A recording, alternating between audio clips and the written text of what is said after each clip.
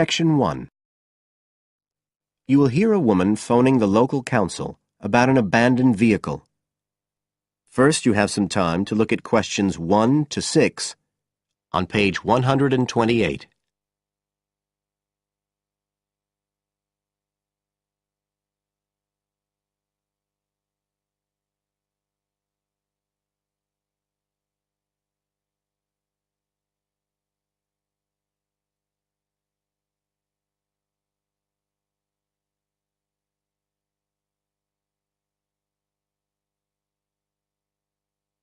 You will see that there is an example which has been done for you.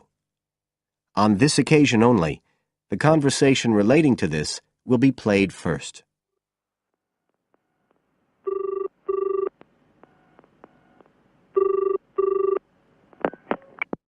Environmental Health Department, Paul speaking.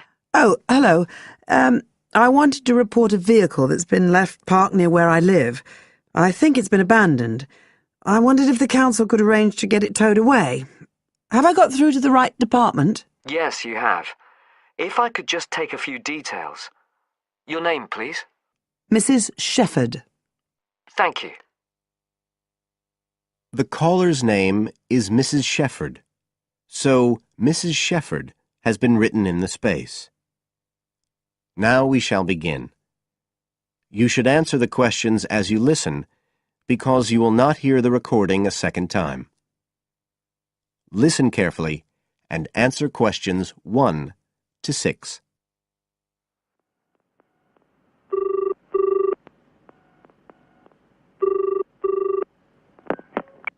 Environmental Health Department, Paul speaking. Oh, hello. I wanted to report a vehicle that's been left parked near where I live. I think it's been abandoned. I wondered if the council could arrange to get it towed away. Have I got through to the right department? Yes, you have. If I could just take a few details. Your name, please? Mrs. Shepherd. Thank you. It's not my vehicle, though. I just thought someone ought to report it. No, that's fine. What I need to do is take some details first, then we can decide what to do about the problem. Oh, I see. So the next thing I need to know is your address. Right, it's 41 Lower Green Street, Yes? Barrowdale. And the postcode's WH4 5JP. Fine. And if I could just ask for a telephone number. It's 01778 552387. I'm out quite a lot, but you can just leave a message on the answer phone if you need to. Or I could give you my mobile number. That's all right, don't worry. Now, could you tell me a little more about this vehicle? You say it's been abandoned. Well, it certainly looks like it. Can you give me an idea of where it is? Yes, it's near the main road that goes through Barrowdale. Is that the A69? Yes, that's right. Now, there's the primary school just towards the end of the village, and then next to that, next to the children's playground, there's a field, and it's in there. Oh. I wonder how it got in there. Well, there's a gate to allow farm machinery in and out. I thought something ought to be done about it. The children from the school might start playing in the vehicle and lock themselves in or something. Yes, you were quite right to report it. And what type of vehicle are we talking about here? It's a van, actually. You know, the sort with just a couple of little windows at the back. Right. You don't happen to know the make and model, do you? Oh, yes. I went and had a look and got all the details. I thought you might need them. I'm surprised the school hasn't contacted you about it. Anyway, I wrote the details down. Right. It's a Catala, and the model's a Flyer 2000. Is that Flyer? That's right. Very good. And the colour? Well, it's not all that easy to see because it's absolutely filthy. And actually, it looks as if it's had a paint job at some stage. It's blue, but you can just see white underneath where it's been scratched. Right. Well, I'll just make a note of the present colour. And if you could just tell me the vehicle number. Did you make a note of that? Oh, yes. It's S322GEC. Okay. Before you hear the rest of the conversation, you have some time to look at questions 7 to 10 on page 128.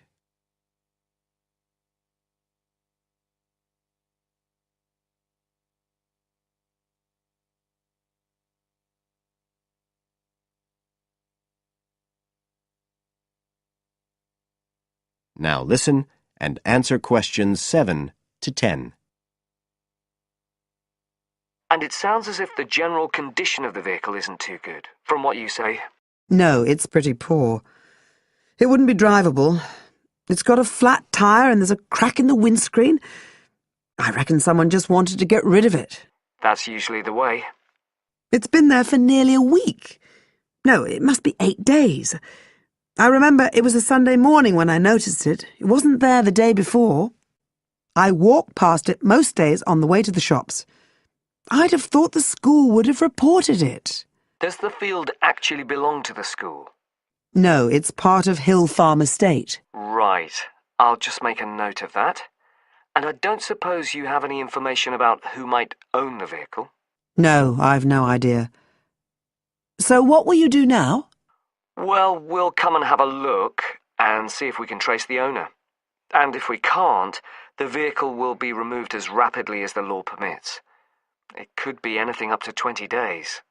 One thing I should say, I'm quite sure this doesn't belong to anyone round here. I'd definitely recognise it if it was from someone who lived here. So you don't think it was anyone local? Right. I'd say at a guess we're looking at a stolen vehicle here. I did wonder if it might have been. You hear such a lot about car thieves nowadays. Well, we certainly will be looking into that possibility. Anyway, thank you for contacting us, Mrs. Shefford, and we'll keep you informed of what happens. Right. Thank you very much. Goodbye. Goodbye. That is the end of section 1. You now have half a minute to check your answers.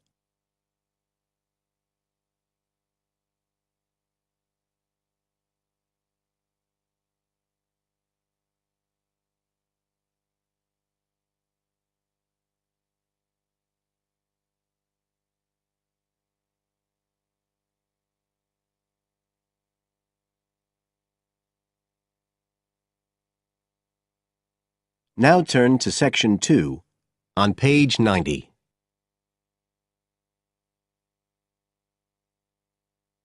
Section 2. You will hear a local radio program about cycling courses in London. First, you have some time to look at questions 11 to 14 on page 90.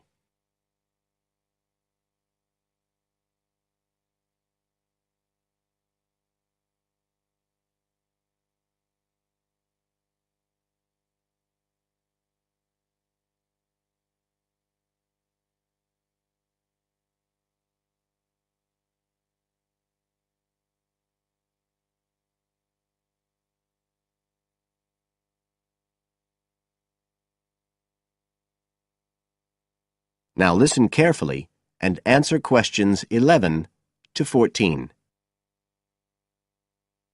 There's been a great deal of interest lately in encouraging people to use bicycles instead of cars as a means of transport.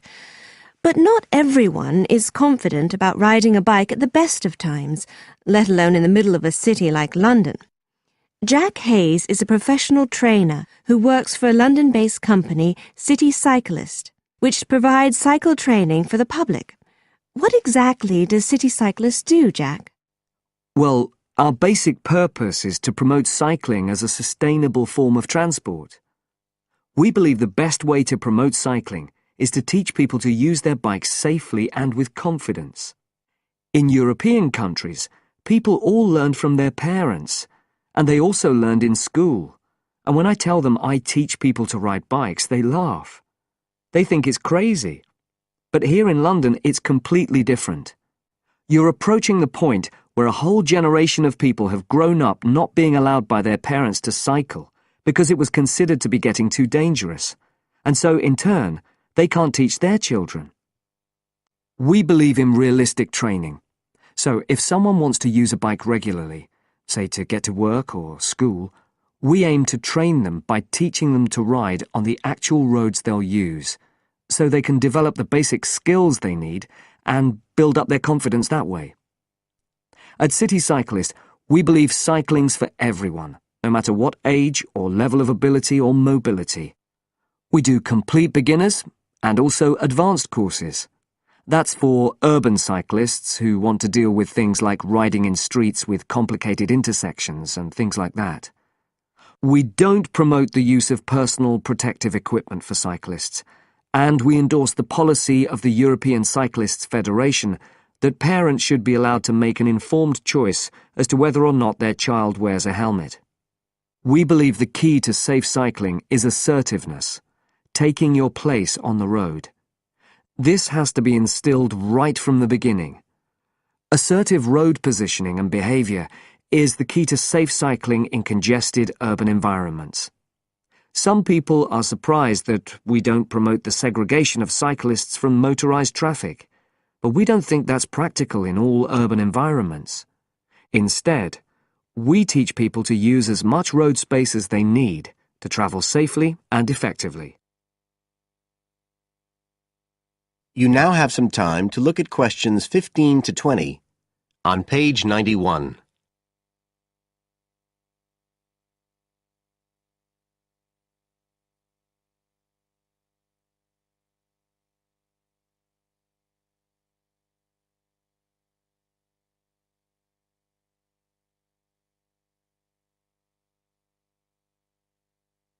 Now listen and answer questions 15 to 20. Now, as well as courses for individuals, City Cyclist provides a number of services for organisations. For example, we can deliver fun, safe cycle training activities at schools, arranging courses so that the disruption of curriculum time is kept to a minimum. As well as this, in order to promote safe cycling, we have provided training courses for employees and staff of local councils. And we are also increasingly looking at developing training courses in companies in order to help employers work towards green transport plans by helping to increase the number of staff cycling to work. Right, so that's a brief summary of what we do. If any listeners would like to find out more about the organisation, you can have a look at our website. That's City Cyclist. C-I-T-I cyclist.co.uk. And in order to book lessons, you can either phone us on 020 7562 4028 or do it online. There's an application form on our website, and you can just download that and send it in. We charge £27.50 per hour for one-to-one lessons, plus £6 for each extra person. So you're looking at just £39.50 for a family of 3, say. If you've never been on a bike in your life before, we reckon we can get you riding in 1 hour, and for most people a course of road training usually takes 3 hours. But whether you're a parent or a child, an individual or an institution, we'll be happy to discuss your special needs and make a programme just for you. That is the end of section 2. You now have half a minute to check your answers.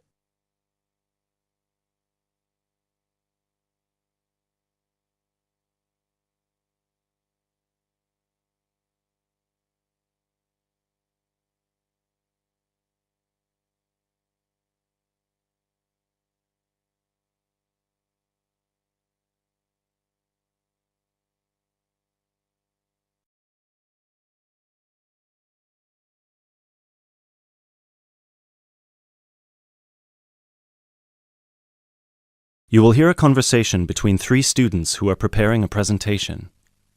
You have 30 seconds to look at question 21.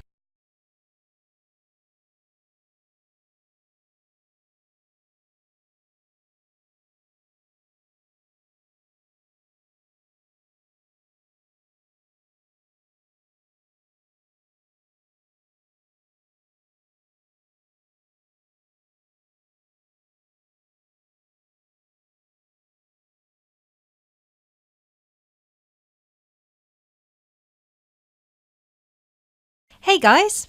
Oh, hey, Gail. You made it. Yeah, sorry. I was stuck at the library paying late fees.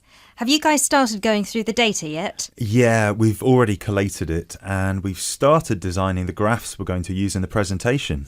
Oh, really? That's fast. Well, anyway, here's what we've got so far. Okay, so... Wow, 38% said they thought about quitting school in the first year. That's a huge number. Yeah, and only 10% said they were happy at school from beginning to end. Amazing, isn't it? Yeah, I thought the majority would be happy here.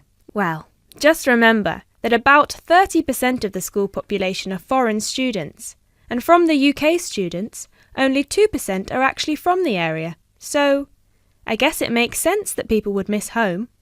Yeah, but to want to actually quit school... Well, they didn't want to exactly, they just thought about it.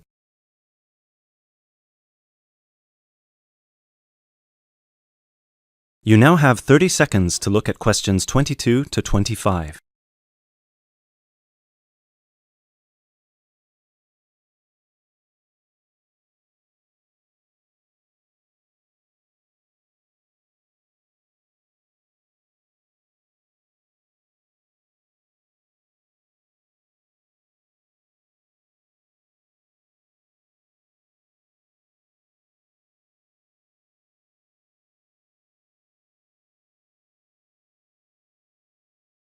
Okay, so how should we organise the presentation? What did you guys decide? Well, Kevin and I were saying that we should start by explaining what the topic of our research was and how we decided to collect the data. So, I'll start by saying that our topic was how first-year students felt a month after beginning school and how their attitudes progressed and changed by the end of the academic year. So then we were thinking that I should explain that the population we want to study was obviously first-year students, but because we need their complete experience from the beginning to the end of their first year, we'd have to actually poll students in their second and third year. And then we said that you should explain how we access the population. So I'll say that we got the permission from the school to go to different classes from different departments and hand out the surveys in paper form, right? Right.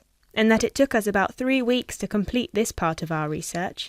So then we need to describe the 3 different areas of focus of our survey. So Lindsay can do that. Say that the survey had 3 sections. The first one asking just some general questions about the age, gender, nationality and field of study of each student. Then the second one focused on how they felt in their first 6 months at school. And the third, how they felt in the summer after their first year was complete. That sounds good.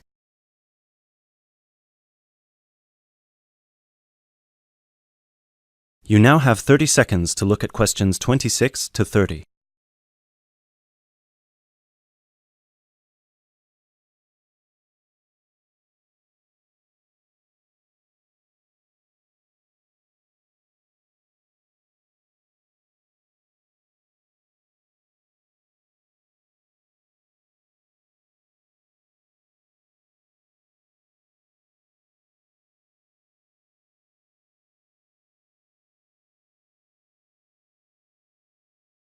Okay, so let me see the breakdown. Okay, so we've got an equal distribution of boys and girls. That's good. Almost equal. 51% of the participants were boys, the rest were girls. Right, and 70% of the participants were British, while the other 30% were... 10% were from America and Asia, 2% were from Africa, and 18% were European. We had a small number of Australians as well, 0.03%, so I guess Europeans were 17.97% if you want to be precise. Which we should. Anyway, and obviously the age was all 20 or 21, with a few 19-year-olds. Only about 5%. No, wait. 4%. Right? No, it's 5%. Look. Right. Okay. So Lindsay will describe the 3 sections, and then you, Kevin, you'll describe the demographic and geographical breakdown, and You can start with the graph, and then we'll all explain the data together. Right, so we'll put this graph up on the board and explain that most students experience some form of homesickness or mild depression in the beginning of their course. But we need to point out that by the end of the year, it was only 5% that still felt like quitting school. Yeah, but remember that we didn't actually have the opportunity to interview or poll any of the students who left school. So the information we have only relates to current students, and those numbers might be bigger in reality. Yeah, I guess we need to mention that. But we did check the dropout rate for the last 2 years, and it was very low, so at the end of the day, the numbers can't be much bigger. Yeah. Anyway, so after we explain the data and we show the 3 graphs with the background information and the responses for 6 months and 1 year, we should spend some time also talking about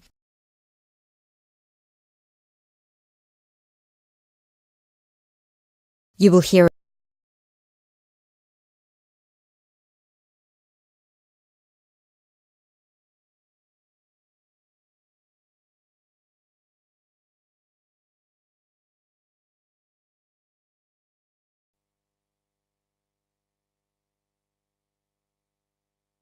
Now turn to section 4 on page 94.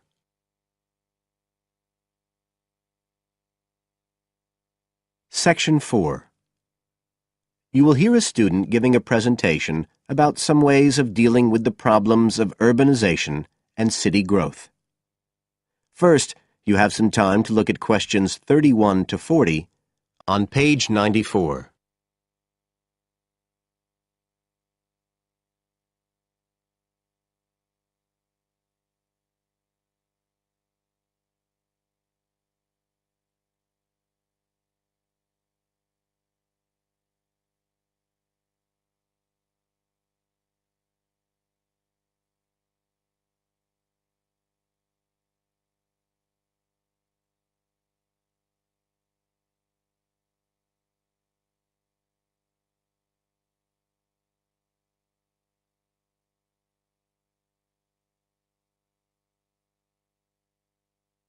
Now listen carefully and answer questions 31 to 40. Well, Adam's just been talking about some of the problems that have resulted from the rapid growth of cities in the last 100 years. Things like housing, sanitation, crime and so on. For my presentation, I'd like to look at some examples of what cities are doing to try to solve some of these problems.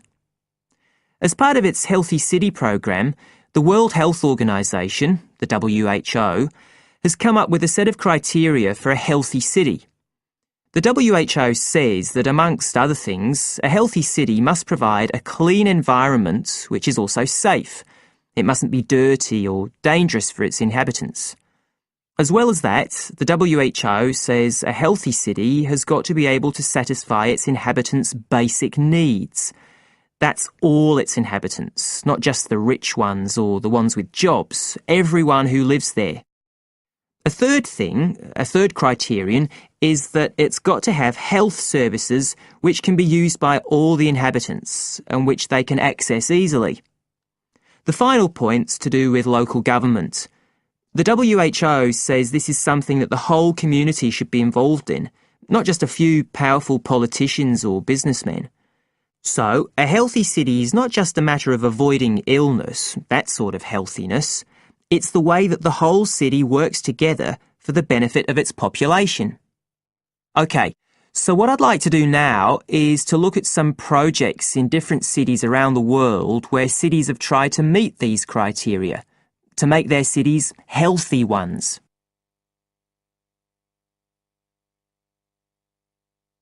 Right. The first project I'm going to discuss took place in Sri Lanka, and this project was called the Community Contract System. Its aim was to improve the places where the poorest section of the population lived, the squatter settlements. Basically, the problem was lack of infrastructure, things like drains, paths, wells for water and so on. So, a program was set in place to construct this infrastructure. But what was different about it was that the residents did this, the people who actually lived there, not people from outside. And this meant that not only did the people end up with improved housing and infrastructure, but also because they had contracts with the community, it improved their chances from an economic point of view. So that's a way the lives of people in one urban environment were improved. The next project I'd like to discuss took place in the capital city of Mali in West Africa. This project involved setting up a cooperative to try to solve the problems of sanitation in the old central quarters of the city. One of the main problems was a lack of a system for garbage collection, which meant that there were a lot of insects, and this was causing disease. And again, it's interesting to look at who was involved in dealing with this problem. In this case, the cooperative involved students who had graduated from secondary school in getting a system going.